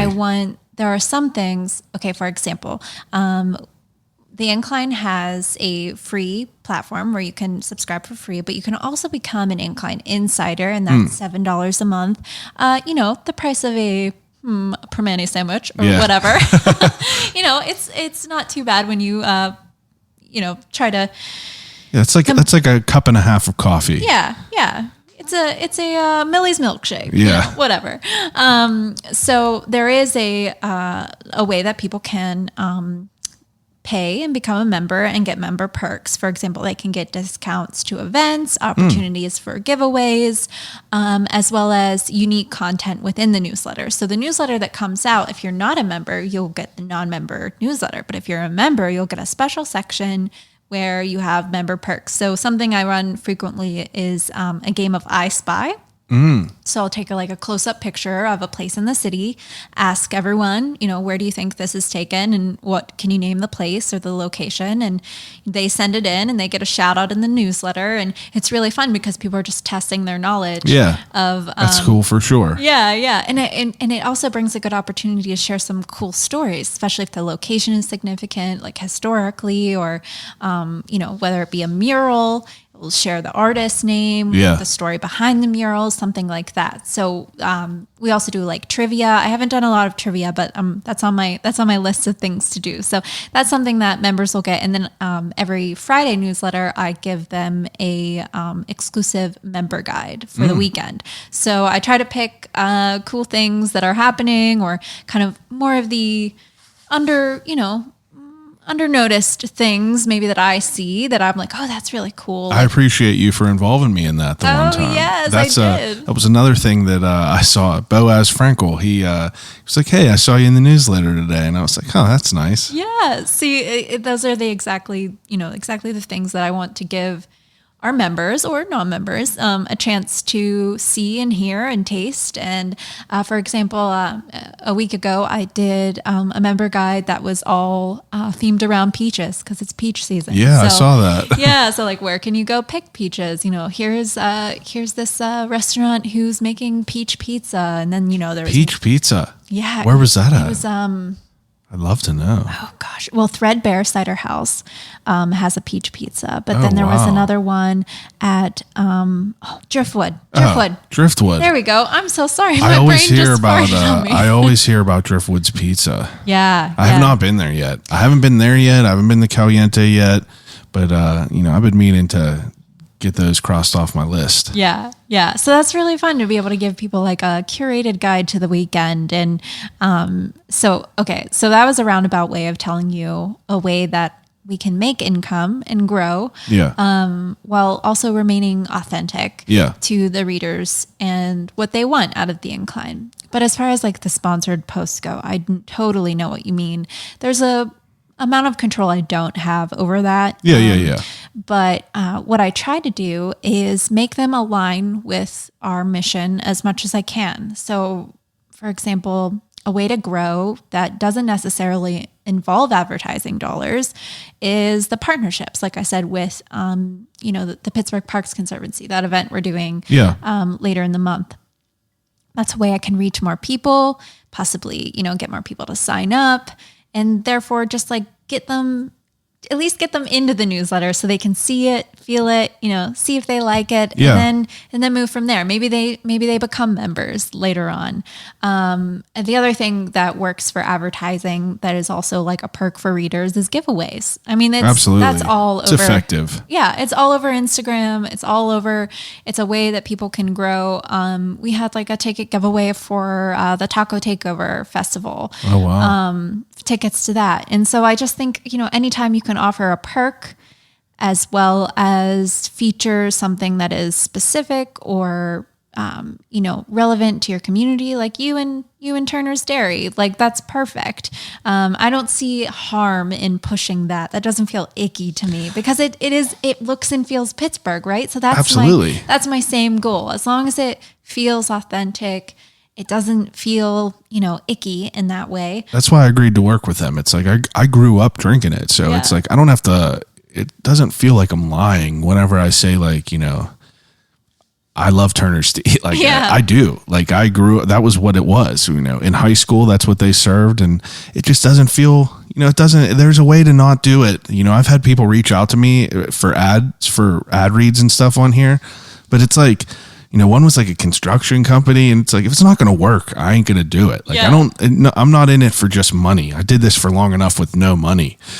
So it's like, I want it to be things that make sense. And it's definitely, it's an interesting way because you have some, like you said, you don't have all the control over it all. So it's understandable, but it's awesome to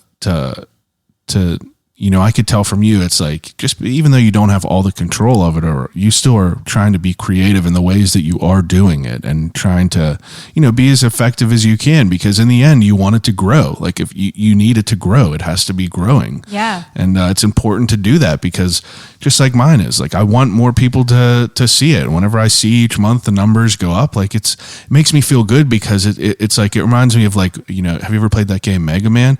It's like anyone's power meter. It's just like, I feel like it just boosts me right back up. Once I see people like reach out, if it's someone new, a new listener, and they were like, hey, I tried Streets on Carson like you messaged or like you mentioned, and they messaged me and tell me that it was like the greatest, and I'm just like, this is what I want. Isn't that the best? I want people to find value into what I do. Yes. That's and it's great to talk to another person that does it in a different medium, because there's a beauty to both of these things.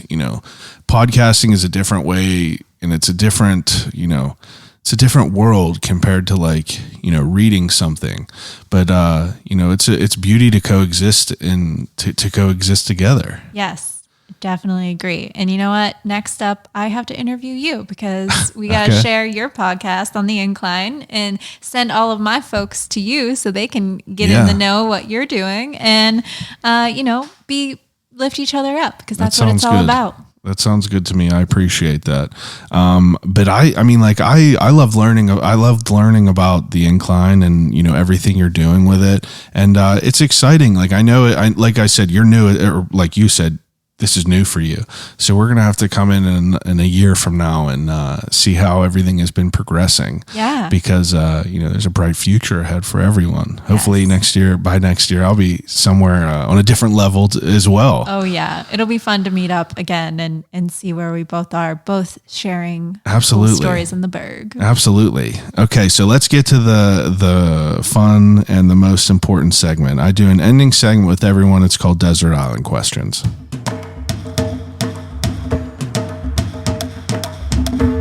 So, Desert Island Questions is whenever I give each guest 3 categories to take with them on a desert island to use until they starve to death and die. So, I'm going to put you on your toes. First question. Okay, 3 movies to watch on a desert island over and over and over again. So, the scenario, you ever see Castaway with Tom Hanks? Yeah. You're stuck on a desert island. You have a little TV with an integrated DVD player, and you get 3 movies. What would they be? Ones that you would have to watch over and over and over again that you would never get tired of. This is so hard. Oh, it's hard. There's more questions. So. Okay, I have to preface that I am like historically an indecisive person as well as not a big movie fanatic. I didn't really grow up watching a ton of movies. Like Oh, yeah. all the movies you're supposed to see, I never really saw. Like, That's all right. My wife is the same way. yeah, I don't know. I was too busy drawing or playing outside or whatever. Being a better kid. And I don't know. My parents just didn't like give me the pop culture references I should know, like to relate to all the other kids. But okay, thinking of movies. Well, one of my favorite movies when I was a kid was The Parent Trap with Lindsay Lohan. So good. I love that movie. I just watched that recently, honestly. I did. Every time it comes on TV, I would watch it. I just loved it. It was so good. The whole camp montage was the best. It's hilarious. Yeah. And the fact that they were able to achieve that. Yeah, the at such a double- young age, too. It's like when was that super filmed? cool. I don't even remember, but it was young because I remember watching it with my little cousins. It was always that and It Takes Two with Mary Kate and Ashley. Yeah. And I just loved those movies. I thought that they were so good. Well, that one they actually had. They had two people there, but Lindsay Lohan was able to do it Yeah. like that, and it was such like it was a good movie. A moment in our millennial history. for sure. Yeah.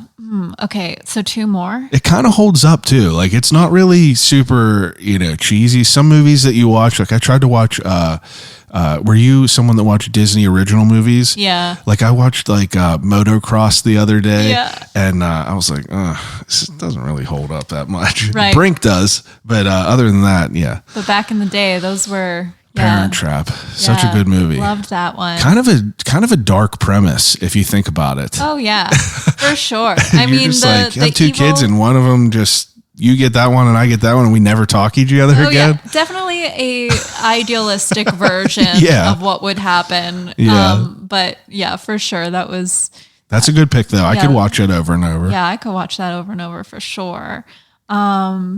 This is kind of dark as well, but it was also one of my favorites when I was younger. Matilda. So great. Loved that. I read all of the Roald Dahl books when I was a kid. So Was the book similar to the movie? I think it was slightly different. I mean, it's been ages. Yeah. But again, very dark. It's a heavy movie. I can't believe I watched that as a kid. The Chokey. The Chokey is so scary. The Trunchbull. Oh, the Trunchbull. Yeah, oh my terrifying. God. And whenever remember when they made the kid eat all that chocolate All that cake? Yeah. Bruce Bogtrotter. I'm having PTSD just thinking about Oh, I was a big fan. I actually just read an article the other day about the girl who played Matilda. I guess while that was going on, her mother was going through chemo because she had cancer, and Danny DeVito wrote the movie, starred in it, directed it, and was kind of like her overseer while her mother was struggling with all this. And I'm just like, God, Wow. Danny DeVito, Yeah. a national treasure. Yeah, truly. And now you see him on It's Always Sunny, and you're just like, this is just, what a wild guy. Yeah. But incredible. I read that and I was like, wow, someone of that magnitude never had to be that great of a person, but that just goes to show you. Yeah. Yeah. Matilda, though, that's a good one. Yeah. Oh, I think that's all I can give you. I don't know if I can even think of another one. That's all right. Anything that you watched recently that you really enjoyed? Are you someone that do you watch things that are new on Netflix, like series or anything? Yeah, I do. I really love the Planet Earth things with David Attenborough. Those are my favorite. They're really great. I've been That's getting not a into movie, some. but That's all right. That's all right. That's a good one to take too. It's Yeah. interesting. All those, I love documentaries and anything like that. Have you ever saw Microcosms? No. So Microcosms is one of the most mind blowing things ever. It's basically a guy. I don't know if it's I'm sure there's more than one guy, but they have micro lenses, macro lenses where they will follow along ants and how ants build things.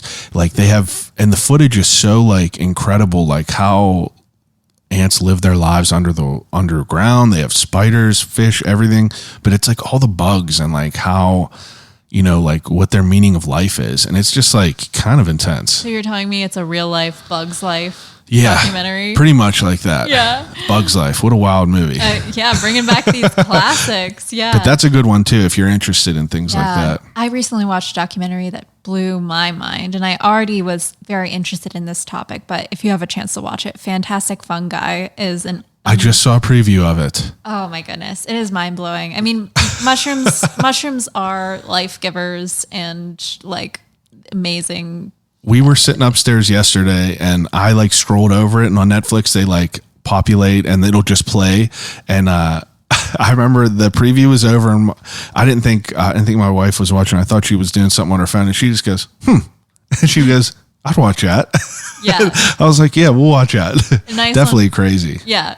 I think, anything, obviously I'm very interested in the truth stories, documentaries, very in line with what I do. Yeah. But anything like connected to nature, I'm definitely one who feels good when I'm at one with the earth. So I could agree with that. yeah. So that's that'll be my movie picks. Oh gosh. Parent Trap in Midfield. That's all right. Those are good. Those are two good ones. Okay, so the second category, I usually ask people 3 books to take, but instead of books, I want to know, and I won't make you do 10, but if you have like, what would you say 3 of the most, important things for people to do in Pittsburgh are? Like, if that's, and I don't mean to put pressure on you, but if you were, if you had someone that was not from here, that you were bringing to Pittsburgh, like what are like 3 things you would want to do with them? Someone asked me this recently through a DM, and I was like, that's such a great question. And I was trying to think of it. And I was like, I would take them to the Strip because it's such like a cool experience there. I always love like traveling. Like whenever we went to Seattle, there was like Pike Place Market. And I just like love that atmosphere of like, the interaction of an exchange and all that. And I feel like you kind of get that. That's probably the closest you can get in the Strip or Trader Jack's, but yeah, that's pretty much it. No, for sure. That is a very good question. I do get that often. First and foremost, obviously I have to take them on the Incline. Yeah. I mean, that is the most picturesque experience in Pittsburgh. And it kind of shows you the city, how it used to be. What I wonder if there's now. anything like that in anywhere else. Do you know offhand if there's anything like that? I mean, other cities do have inclines, but I don't know that they are used as much as ours are still used for daily transportation. Lines, all the time I see. And you know what? There's a lot that I don't even know. I really would love to do a story on the old inclines that were then teared down, because there are places where there used to be more inclines in the city. I do. I think that is very uniquely a part of our city. So I think that is a really good experience to take somebody on. I agree. But I really would try to keep them as much of like, community-based neighborhood type of experiences. So for example, living on the north side now, I'd love to take someone on a bike ride on the Allegheny Trail, go all the way downtown to the point, sit really, there. really great. Yeah, enjoy the river. That's one of the highlights of our city. Were you always a bike rider? Because I bought my bike with my Donnie dollars, and I used my pandemic and my unemployment that I had to just ride my bike. And I explored so much, and I learned about places down there that I never knew, like all them old houses in the back of the north side. Yeah. I never knew those were there, but that was like, I just rode down there one day, and I was like, this is crazy that this is back here. Yeah, you're probably close to where I am now. Like my building that I live in now was built in 1887. Jeez. It was remodeled on the inside to make apartments. Yeah, but that's awesome. Yeah, I love the history. I love being able to, walk on the brick, sidewalks, and just think about, this was laid here in the original Allegheny City, right? Yeah. Before it became a part of the city of Pittsburgh. Yeah. Can't say the date exactly, but that's all right. Yeah, totally would. I always rode my bike as a kid, like in my little neighborhood. But I was also probably the same as you, got my bike during the pandemic, and just started exploring the city. And I was actually really super grateful.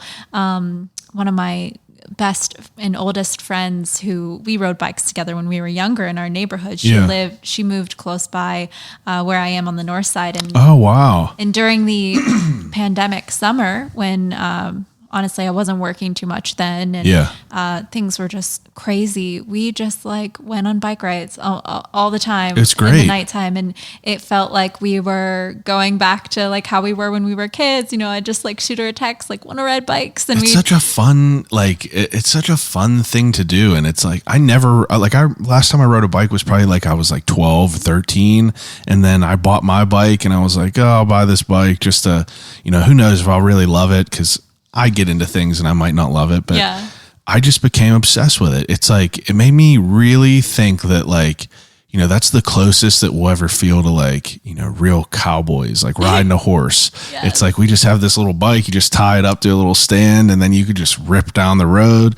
But it really is like incredible. That was another second thing that I told someone that I would do is like, we're spoiled with how accessible the city is with bikes. And it's fascinating. Like, you could go anywhere around here and it's relatively safe, as far as like bike lanes and people following it. And I know it's such a hot topic in Pittsburgh, bike lanes. People hate it, but I love it. It's such like an incredible thing to do. That's definitely a number 2 for me as far as like, someone that's not from here. I would love to take them on a bike ride, because how else could you get around and see all the things you could see? And, in other cities, you don't have that opportunity really. It's so true. And to be able to go along the riverside, hit up downtown, go all the way into the Strip. I mean, you could, make it a whole day thing. A whole day. I guess my third thing that I would do. What about a restaurant? What's one of your places that you would go? Well, because that's my third. My third was I would take someone to Streets on Carson. That's my favorite restaurant. That's a good spot. Yeah, that's a good one. I will say, sticking in my neighborhood, I would take them to our little neighborhood bar called Leo, a Public House. They were just recently in the news. You probably saw one of the first restaurants to require a vaccination card. Oh, wow. I did not see that. Yeah. So, which I was really, proud and happy to see that as a regular there. I know the owners, it's him and it's just Michael and Yelena, him and his wife. They run Leo, a Public House on Allegheny Avenue on the north side. And then over on Galveston in like Allegheny West, like right down the street, they have Lola Bistro. Oh, wow. And so his wife runs Lola Bistro. He runs Leo. And, he always has the coolest drinks, like house infused, like herb infused alcohol with these fun concoctions and just really delicious sandwiches. And it's always a good, like neighborhood mainstay. And I really appreciate the community feel it has. And that's one of the reasons why he started, requiring the vaccine cards, because Northside is very hopping with Airbnbs. So there's a lot of people from outside areas coming into the neighborhood. But other than that, all of his other customers are like community-based people, and he like wants to protect his community. And I think that's really admirable. So I love to take them there. Other than that, I love Bebe's Kitchen. I just recently had it for the first time. My buddy lives above Ada Coffee in Northside, so he whenever I go over there, I spend some time with him, and he kind of puts me onto all the cool places. I've started to frequent over there a little bit more, but I saw that you got all kinds of stuff happening over there. Live Fresh Juicery just opened up. I'm trying to get him on here and talk to him about that. Yes.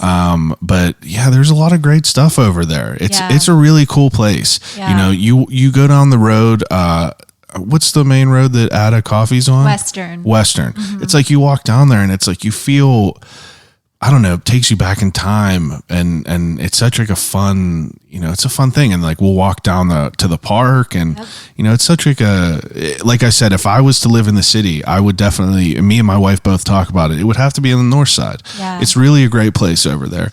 It's such a fun thing to just look around at all the architecture there. I'm a big fan of all that. Yeah, it's gonna make me sad to leave. Yeah. That's one thing. It will break my heart a little bit to not have that walking community and be a part of that. Ada is another place I'd add on my list. Yeah. Ada on the list. I love their business and their mission. They're really good community supporters. Sukanta, the owner of Ada, he does amazing things that just creates a this place that's a coffee shop, but it's all about community and connection and conversation. And Absolutely. that's all of what I, value as a journalist. Absolutely. Yeah. And then, like you said, Live Fresh is over there. Actually, that is in a building that used to be my yoga studio. Yoga, I knew that. Yeah, prior to the pandemic. Oh, rest in peace, Inhale Yoga. Yeah. They do still have an online program if anyone is interested.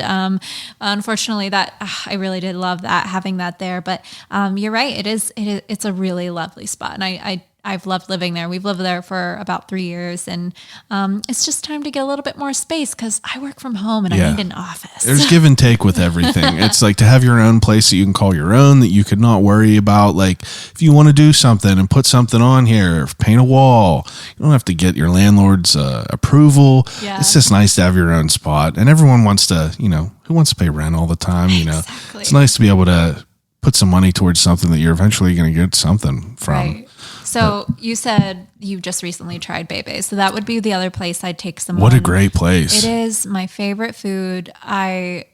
Well, first of all, my boyfriend is half Korean. His mom is Korean. Yeah. And it is the closest to her food that we've probably had locally. Wow. As far as like tasting, the real thing. I was blown away by it because he was like, "Are you hungry?" And I said, "Yep, get me whatever. I don't care." And because it was one of them, I was just coming over after doing an interview, and I wasn't like, I didn't want to look at a menu. I was like, I trust you. Like I'm not picky.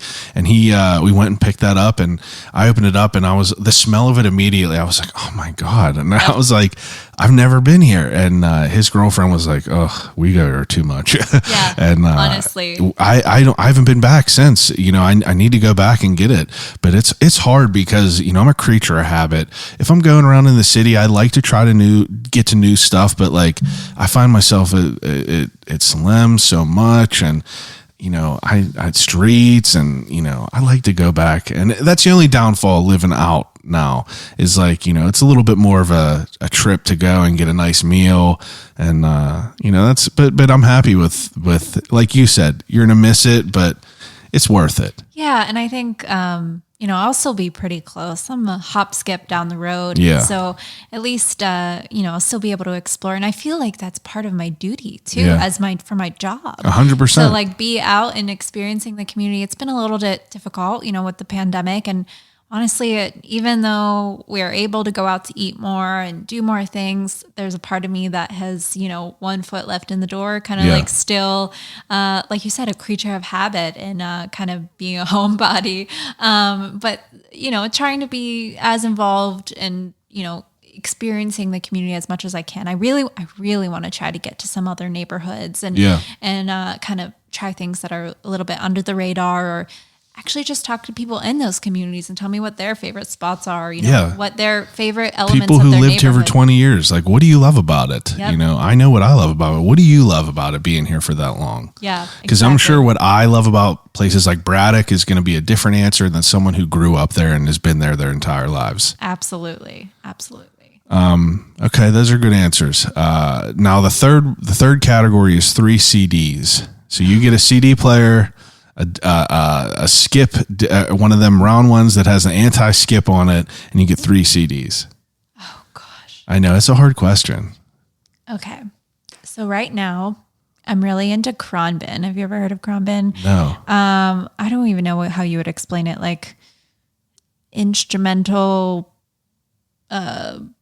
alternative, like I don't even know what you would call it. Like it's just listen to it. It's a bunch of. How do you spell it? KHRUN.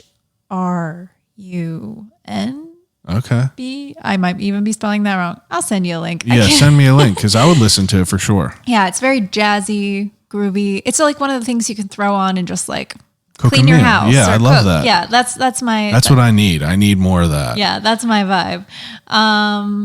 I also have a deep connection with the song Landslide by Fleetwood Mac. Who doesn't? I know that's such a cliche thing to say. Who doesn't? But it's just like every time I hear it, it just like makes me happy. So I would probably pick that Fleetwood Mac album. Okay. One last CD.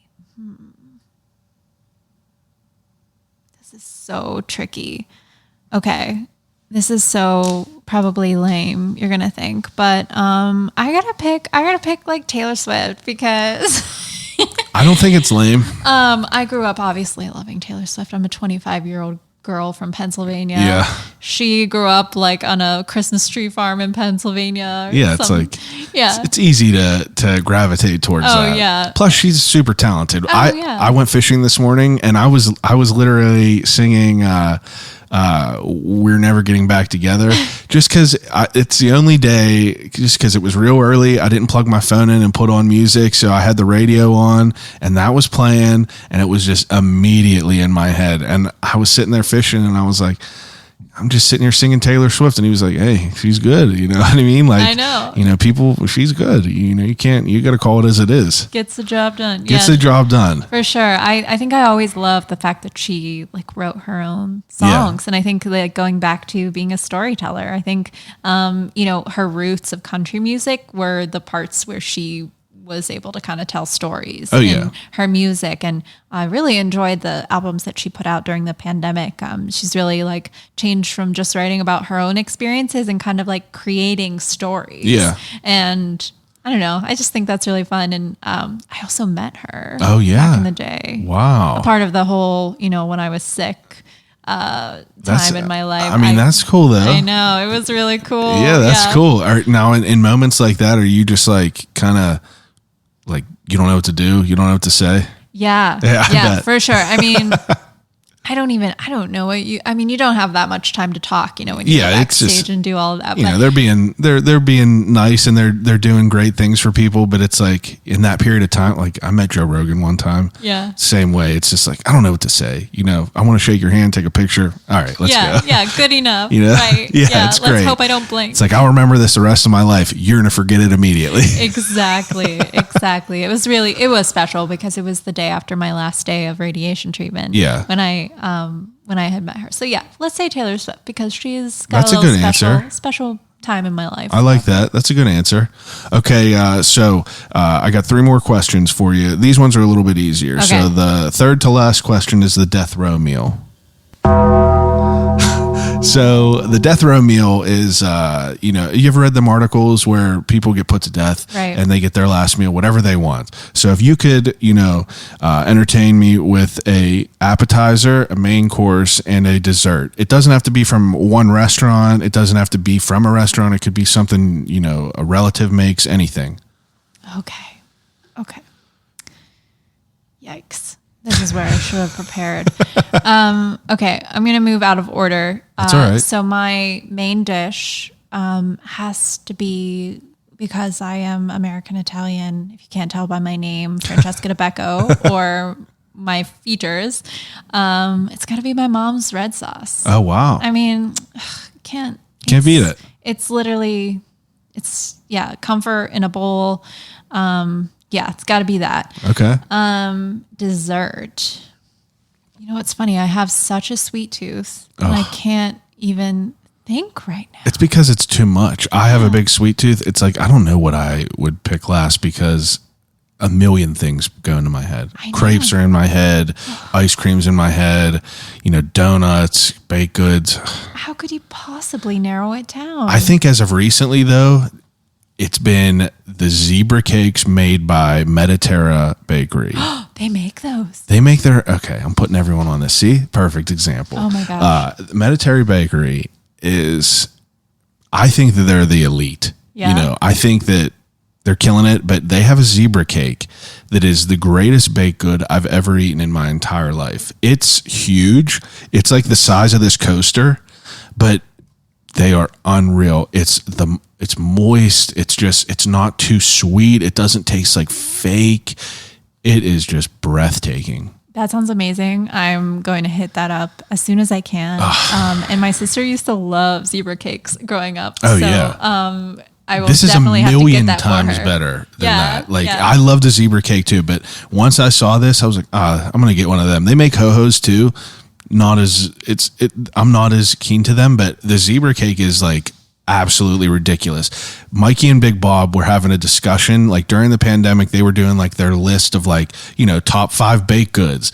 And I think they both picked that zebra cakes were their favorite. So I sent them the picture and they were like, holy shit. Like, so yeah, that's the place you got to go. Okay. Putting that on my list for sure. Sticking with the Pittsburgh theme, I gotta say, I'm a big cookie fan. I love cookies. I mean, my family, we made a lot of cookies during the holidays. Anytime someone gets married, obviously do the cookie tables, big old cookie table. So yeah, maybe I just gotta go with like a classic chocolate chip cookie, like that's homemader. Fine. Yeah, that's a good one. And then an appetizer.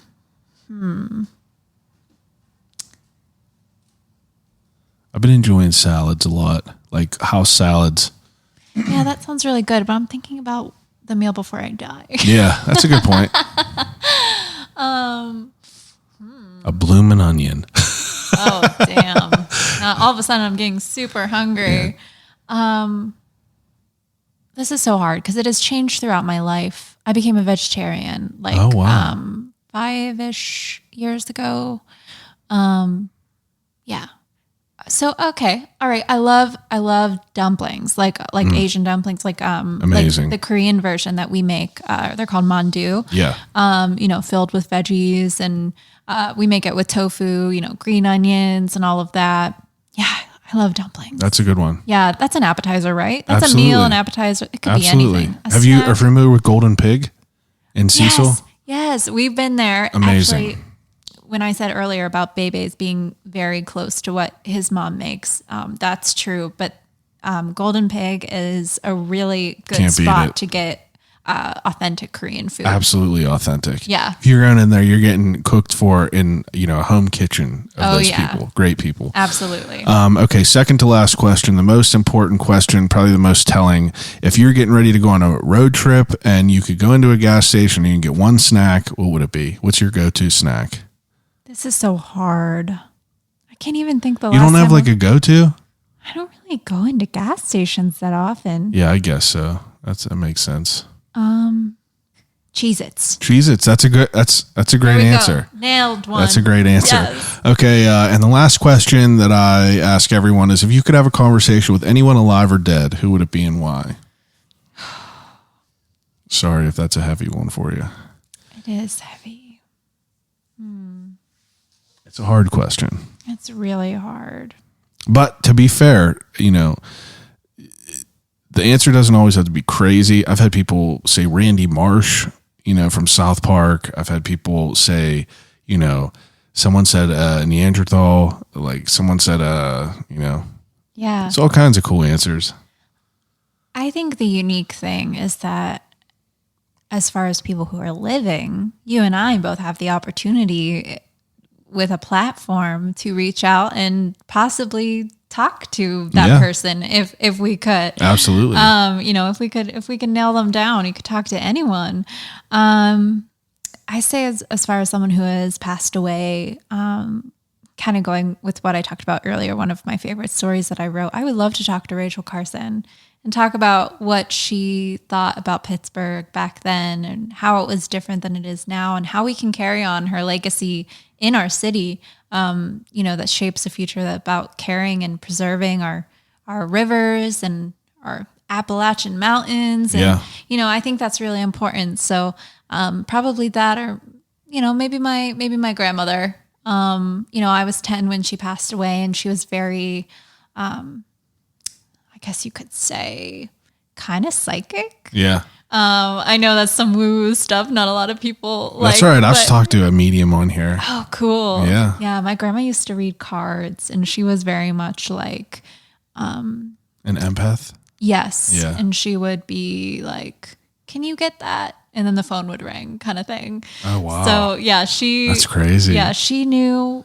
She had a lot of I guess you could say sensitivities. Intuition, yes. And I think I carry a little bit about that with me. I identify as a highly sensitive person.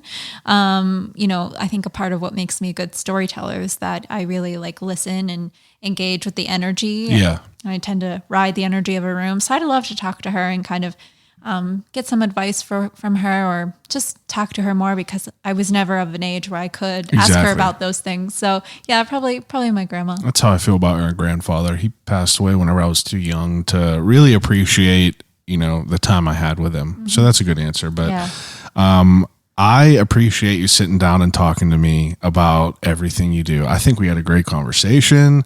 I had a wonderful time. I'm excited to, stay connected after this and, just see how it goes. But before we go, please plug everything you have to plug. Yeah, absolutely. Where can everyone find it all? Well, thank you so much for having me. This has been a true delight. I've loved having conversation with you, and I look forward to connecting and staying connected in the future. Absolutely. You can follow The Incline at The Incline PGH on Instagram, the same handle on Twitter. You can find us just by The Incline on Facebook. You can subscribe to The Incline at theincline.com. It's a free daily Pittsburgh newsletter. You can become a member if you'd like, and pay a nice little extra $7 a month to keep my lights on, so I can keep you informed on all the cool stuff, who's who, and what's happening in the Burgh. So really excited to be able to talk to you, Chad, and all of your listeners. Thank you very much. Everyone else that's listening, I appreciate you as usual.